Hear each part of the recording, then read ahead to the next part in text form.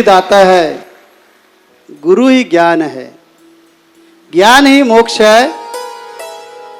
अशा प्रकारे गुरूंचं महत्त्व आमच्या पुराणांमध्ये वर्णन केलेलं आहे.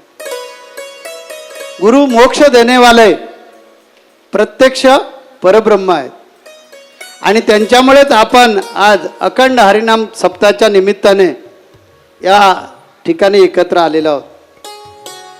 या पवित्र ठिकाणी अनेक महापुरुषांची कालपासून प्रवचनं सुरू झालेली, कीर्तने सुरू आहेत, कथा सुरू आहे. हा 7 दिवस कार्यक्रम चालू राहणार आहे. अनेक जण अत्यंत बोधात्मक श्रुश्राव्य असं आपल्याला ऐकवणार आहेत. या मंगलदिनी माझ्या मनामध्ये असा एक प्रश्न निर्माण झालेला आहे की आपण सप्ताह का साजरे करतो. तर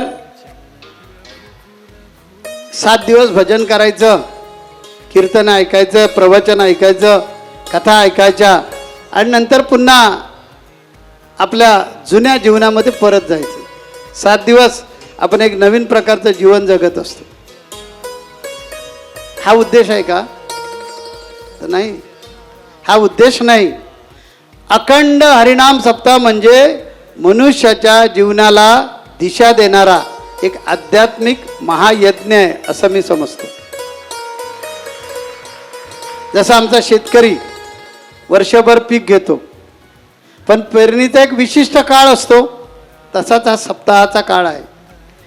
यामध्ये मनामध्ये आपण काय करतो, भक्तीची पेरणीची करत असतो. त्याचा हा काळ आहे अखंड हरिनाम सप्ताह. म्हणजे वारकरी संप्रदायामध्ये अखंड हरिनाम सप्ताह म्हणजे समाज, संस्कृती आणि अध्यात्म यांना जोडणारा एक महान लोककल्याणकारी आध्यात्मिक यज्ञ म्हणजे हा अखंड हरिनाम सप्ताह असं मला वाटतं.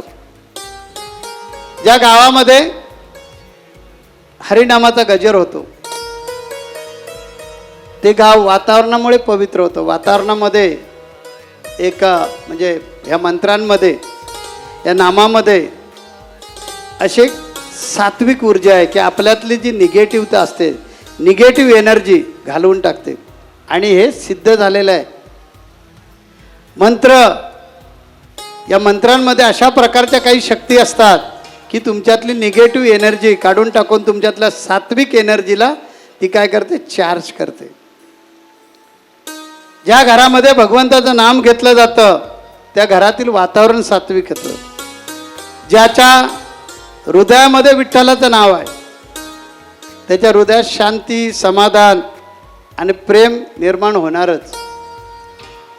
या सप्ताहातील 7 दिवस म्हणजे भगवंताचं नामस्मरण, कीर्तन, प्रवचन, कथा, भजन, ग्रंथवाचन आणि संत चरित्राचं. आता रामायण लावलं ना, आपला रामायणाचार्य ढोक महाराजांनी रामायण लावलं ना, किती सुंदर सांगतात. विद्यावाचस्पती आहेत, किती सुंदर सांगतात आणि त्यांना आपल्याला त्या काळामध्ये ते घेऊन जातात.